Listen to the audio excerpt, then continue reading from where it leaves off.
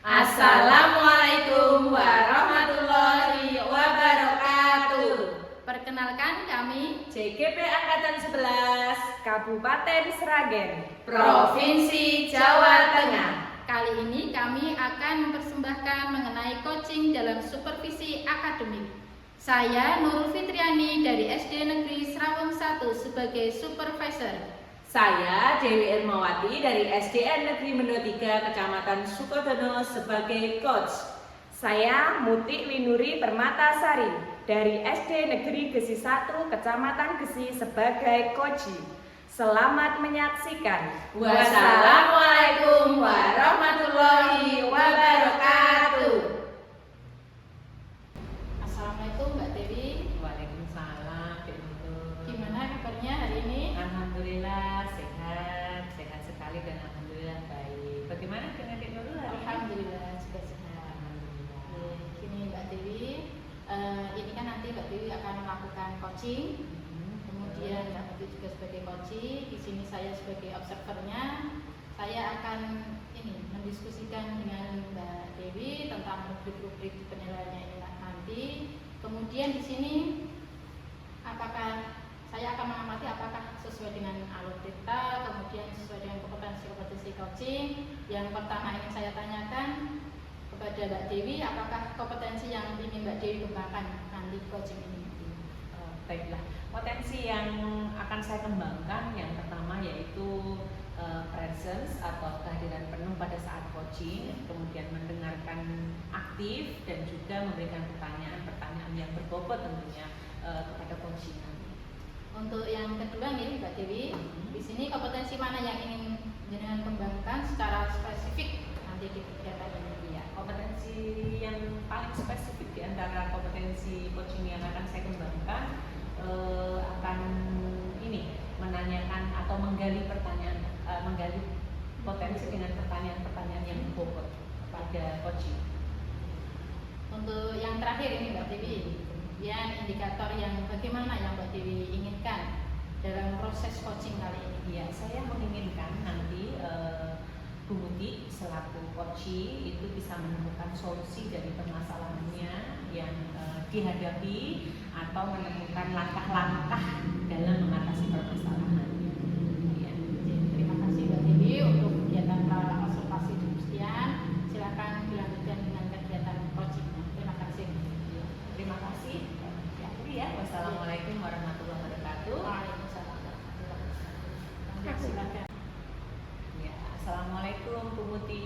Waalaikumsalam Bu Dewi. Bagaimana kabarnya hari ini?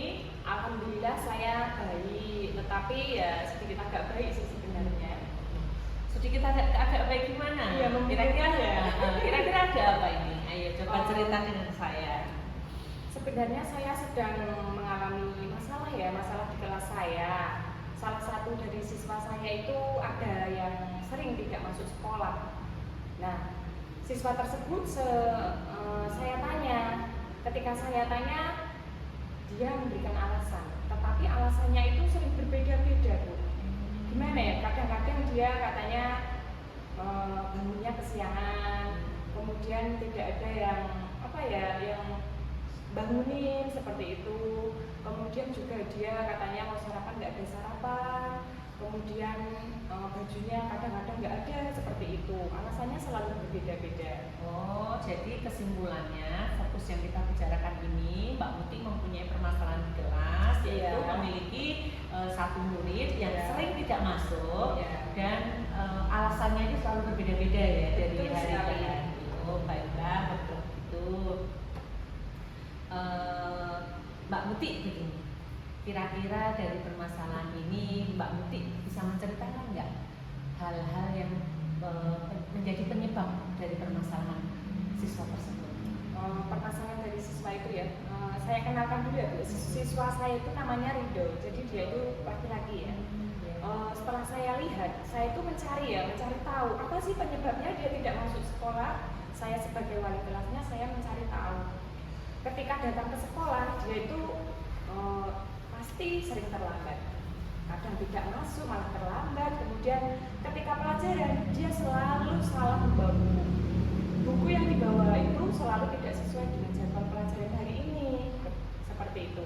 Kemudian saya juga melihat pakaiannya. Pakaiannya itu juga tidak rapi, Bu. Tidak disetrika, kotor seperti itu. Saya lihat dari sepatunya kok ini kotor ini. Apa tidak dicuci seperti itu. Seperti dia itu tidak ada yang memperhatikan di rumah. Begitu ya Mbak Muti. Kira-kira dari permasalahan ini Mbak Muti ketahui si Ridho ini ya, itu sejak kapan ya? Sejak kapan dia melakukan hal-hal ini? Sering tidak masuk sekolah atau mungkin memperhatikannya itu sejak kapan? Saya itu kan wali kelas 6. Kemudian ini tahun ajaran baru ya. Jadi mulai sejak bulan Juli tahun ajaran baru ini dia itu awalnya masuk. Nah, lama kelamaan sering tidak masuk. Jadi ya itu di awal tahun pelajaran. Baiklah Mbak Muti, kalau begitu kira-kira kondisi yang seperti apa yang Mbak Muti inginkan dari permasalahan ini? Tentunya saya menginginkan kondisi yang baik ya, lebih baik dari hari ini. Tentunya si Ridho agar mau masuk sekolah, masuklah paling tidak setiap hari itu dia masuk. Terkait untuk belajar di kelas nanti, yang penting dia masuk sekolah dulu. Kemudian memiliki semangat untuk belajar seperti itu. Oke Mbak Muti, dari ini ya, dari kondisi yang diharapkan oleh Mbak Muti ini, kira-kira sudah Mbak Muti sudah melakukan hal apa dari kondisi yang seperti ini? Saya sudah melakukan pendekatan ya sebenarnya. Secara tidak langsung saya ketika Ridho masuk, mesti saya tanya, kenapa kamu kemarin nggak masuk? Nah, jadi saya menanyakan kabarnya, alasannya kenapa nggak masuk. Nah, kemudian saya juga mencari tahu dari wali kelas sebelumnya di kelas 5. Kok Ridho ini seperti ini toh Bu? Ini dia kenapa? Saya cari tahu. Nah, ternyata dia itu di rumah hanya tinggal dengan kakeknya. Ternyata ibunya itu menjadi TKW di Malaysia dan bapaknya sudah meninggal Bu, kasihan ya. Begitu ya. Jadi di rumah hanya dengan kakeknya saja. Hanya kakeknya saja ya. Oh iya ya. Kira-kira kondisi seperti ini kalau di skala 1 sampai 10 itu Mbak Muti berada di skala berapa permasalahan Mbak Muti? Kalau saat ini skalanya 5 lah ya. 5 ya. Berarti itu memang betul-betul permasalahan yang ya di tengah-tengah ya, tidak ya perlu betul-betul segera diselesaikan permasalahan ini ya. Mbak Muti, kira-kira setelah ini kan ada di posisi 5 ya. Iya. Kalau nanti sudah menyelesaikan itu kira-kira inginkan di posisi berapa? Nggak muluk-muluk sih ya, nggak harus sampai 10 dan itu terlalu sempurna. Jadi nanti saya di 8 aja lah. Oh gitu. Nah, Mbak Muti untuk mencapai di posisi 8 ini kan Mbak Muti perlu melakukan usaha ya, atau mungkin rencana-rencana kegiatan apa yang ingin dilakukan. Kira-kira bagaimana ini peran Mbak Muti untuk mencapai di angka 8 kepada Ridho? Sebenarnya saya sih juga masih agak bingung ya. Tapi nanti rencananya saya akan melakukan 2 hal ya. Yang pertama yaitu pendekatan personal, yang kedua yaitu home visit. Untuk pendekatan personalnya nanti ketika Ridho masuk akan saya dekati, akan saya ajak ngobrol, tapi ngobrolnya hanya 4 mata. Nanti ketika istirahat ya mungkin akan saya ajak ke ruang BK atau saya ajak ke ruang kepala sekolah yang sepi, maksudnya hanya ada saya dan Ridho, agar ketika saya tanya, Ridho itu menceritakan apa yang dia rasakan, kemudian nanti saya akan membantu masalahnya dia. Saya ingin tahu dia terbuka dengan saya. Kasihan kan karena dia di rumah mungkin hanya dengan kakeknya, tidak bisa bercerita. Kemudian selain itu nanti saya kan akan melakukan home visit ya Bu Dewi ya. Saya akan datang ke rumahnya, kemudian saya ingin ngobrol lah dengan kakeknya. Kakeknya itu di rumah seperti apa, mendampingi Ridho ini loh, biar dia sekolah. Saya nanti akan memberikan motivasi-motivasi lah, bukan hanya kepada Ridho, tetapi juga kepada kakeknya. Kasihan Ridho ini kan anak-anak yang nantinya kan akan dewasa ya Bu Dewi. Nah ketika dewasa pastinya agar dia mampu mencapai cita-citanya. Padahal untuk mencapai cita-cita itu kita kan harus belajar di sekolahan agar dia menjadi anak yang pintar, paling tidak memiliki skill lah kehidupan dia dewasa, memperbaiki keluarganya agar lebih baik dari sekarang. Seperti itu Dewi. Baiklah, berarti ini ada dua hal ya yang mau direncanakan. Itu yang pertama adalah melakukan home visit, yang kedua adalah pendekatan personal tentunya. Dari kedua hal ini kira-kira mana dulu nih yang mau dilakukan oleh Mbak Muti dalam jangka waktu yang paling dekat dan memungkinkan mungkin gitu ya? Kira-kira yang mana? Kalau dari dua hal itu pasti yang saya lakukan adalah pendekatan personal. Yang di sekolah dulu yang saya dan Ridho sering bertemu. Nah itu nanti saya lakukan mungkin mulai besok pada saat istirahat. Kemudian kalau yang kedua kan home visit, itu berarti harus saya mengatur waktu saya mencari waktu luang saya di luar jam sekolah, saya bisa main ke rumah Ridho, seperti itu Bu. Iya, jadi kesimpulannya berarti dalam waktu dekat ini mau melakukan kegiatan pendekatan personal terlebih dahulu ya intinya. Kemudian setelah itu baru pengaturan waktu untuk berkunjung ke rumah Ridho, bertemu dengan orang tuanya agar bisa membicarakan permasalahan ini lebih lanjut, gitu ya. Oke, kira-kira ini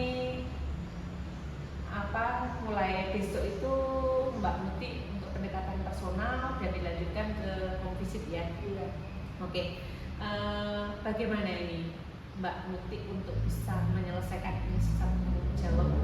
Kira-kira akan seperti apa yang Mbak Muti harapkan? Sebagai tanggung jawab saya berarti dari masalah saya ini nanti saya dapat mencari solusinya. Yang awalnya tadi kan saya bingung ya Bu, setelah saya ngobrol dengan jenengan, kemudian saya jadi seperti ini, jadi saya ada gambaran untuk langkah apa selanjutnya seperti itu.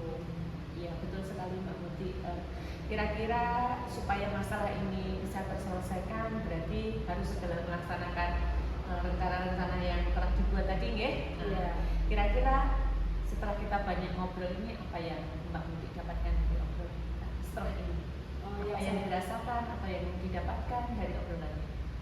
Tentunya yang saya dapatkan banyak sekali ya. Saya dari masalah saya tadi, kemudian saya dapat mendapatkan solusi untuk masalah. Selain itu nanti saya juga membutuhkan banyak orang lain kayaknya Bu. Oh iya, kira-kira siapa saja ini yang mau diajak kerjasama dengan penyelesaian masalah ini? Tentunya kan Mbak Muti sendiri kan yang menyelesaikan. Iya. Nanti saya membutuhkan bantuan ya Ridho terutama, terus teman-temannya, kemudian wali kelas gurunya, kemudian juga keluarganya atau orang yang tinggal di rumah Ridho. Selain itu kepala sekolah juga perlu untuk memotivasi saya.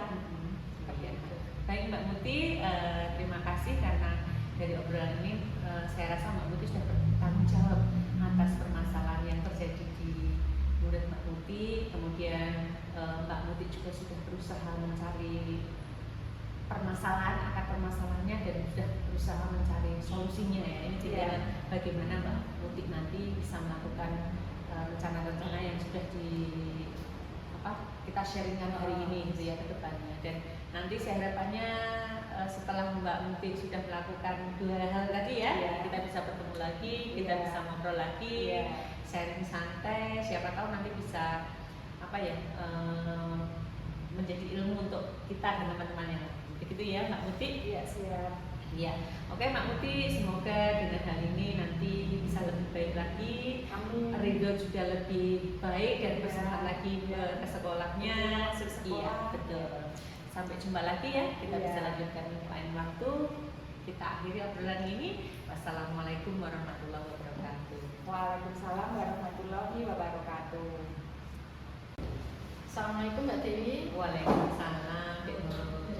Lagi Mbak Dewi sudah melaksanakan coaching alhamdulillah lega. Sudah lega dengan Mbak Muti sebagai coachingnya. Kemudian begini Mbak Dewi sebelum ditutup pasca observasi ini saya ingin tanya-tanya sedikit. Untuk yang pertama, apa yang sudah Mbak Dewi lakukan terkait dengan indikator ketercapaian yang jenengan inginkan? Iya, pada proses pelaksanaan coaching kali ini saya sudah melakukan kegiatan coaching dengan Mbak Muti ini tentunya dengan alur Tirta ya, sudah sesuai dengan alur Tirta, dengan cara saya menanyakan tujuan identifikasi, kemudian rencana aksi yang akan dilaksanakan, baik tanggung jawab yang sudah dilakukan oleh Mbak Muti selaku coach saya, sehingga saya bisa menggali hal-hal permasalahan dari Mbak Muti untuk menceritakan permasalahannya serta solusi-solusinya tentunya. Memang tadi yang sesuai saya amati dengan sudah melaksanakan coaching dengan alur kita, memberikan pertanyaan-pertanyaan yang berbobot sehingga tadi coaching bisa menemukan solusi dan juga ide-ide. Kemudian yang terakhir nih Mbak Devi, yang terakhir sebelum kita tutup, ini kompetensi apa lagi yang jangan ingin kembangkan ke depannya, misal ada coaching lagi seperti ini? Oh ya, kompetensi yang ingin saya lakukan yaitu saya lebih ingin memahami lagi proses kita yang nantinya kita akan dapat melakukan coaching tentunya dengan lebih baik lagi ya ke depannya seperti itu. Amin. Semoga nanti ke depannya ketika ada coaching bisa semakin lebih baik ya, lagi. lebih baik lagi Ya. tentunya. Ya. Oke. Segitu saja Mbak Dewi, kami tutup. Terima kasih, semoga kedepannya bisa lebih baik lagi. Assalamualaikum warahmatullahi wabarakatuh.